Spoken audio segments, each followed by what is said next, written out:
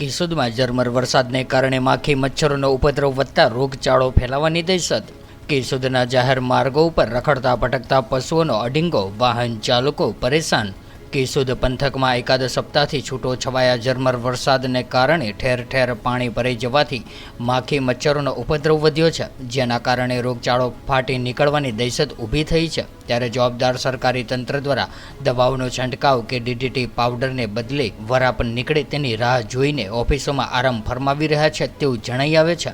ત્યારે કેશોદ નગરપાલિકા હસ્તકના પેટા રોડ પર ખુલ્લા પ્લોટમાં કાદવ કીચડ અને પાણીના ખાબોચિયા ભરાવાથી માખી મચ્છરોનો ઉપદ્રવ વધતા શહેરોમાં રખડતા ભટકતા પશુઓ મુખ્ય હાઈવે રોડ ઉપર અડીંગો જમાવીને બેસી જતા વાહન ચાલકોને હાલાકીનો સામનો કરવો પડી રહ્યો છે।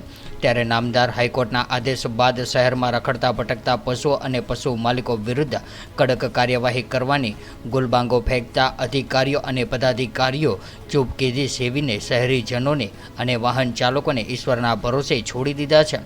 ત્યારે કેશોદ પંથકમાં ઝરમર વરસાદને કારણે ઠેર ઠેર પાણીના ખાબોચિયા ભરાવા ઉપરાંત 4 માસ અગાઉ બનાવેલા રોડમાં મસ્ત મોટા ગાબડાઓ પણ પડી ગયા છે। ત્યારે હિન્દુ તહેવારો શરૂ થઈ રહ્યા છે ત્યારે ઠેકેદારો દ્વારા શહેરીજનોના આરોગ્યની અને સવલતોની ચિંતા કરીને કામગીરી કરવામાં આવશે કે કેમ તે તો આવનારા દિવસોમાં ખબર પડશે।